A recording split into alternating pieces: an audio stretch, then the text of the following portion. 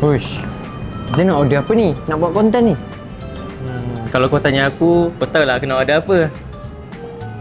Hainanese chicken chop. Aduh. Kau ni order lah benda lain juga. Hainanese chicken chop je. Alah, tapi Hainanese chicken chop tu sedap.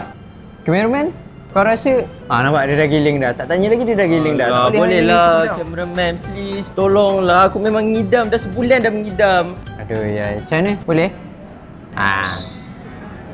Dia dah setuju. Okey lah. Kita buat magic lah sikit. Magic? Hainanese chicken chop. Kita tengok magic.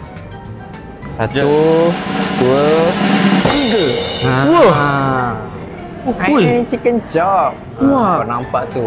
Sejak bila kau pandai buat magic macam tu? Kalau tak tiap hari aku dah minta kau buat chicken chop. Kau tak sabar sangat kan? Kau mengidam sangat kan Hainanese chicken chop ni kan? Kau makan. Aku dah lama mengidam. Ambil lah. Thank you. Wah. Janji dengan kita orang, bulan 11 jangan minta lagi tau. Boleh? InsyaAllah. Bismillahirrahmanirrahim. Hainanese chicken chop, kali kau rasa memang takkan kau lupa. Dah. Hanya di Chan Marichat.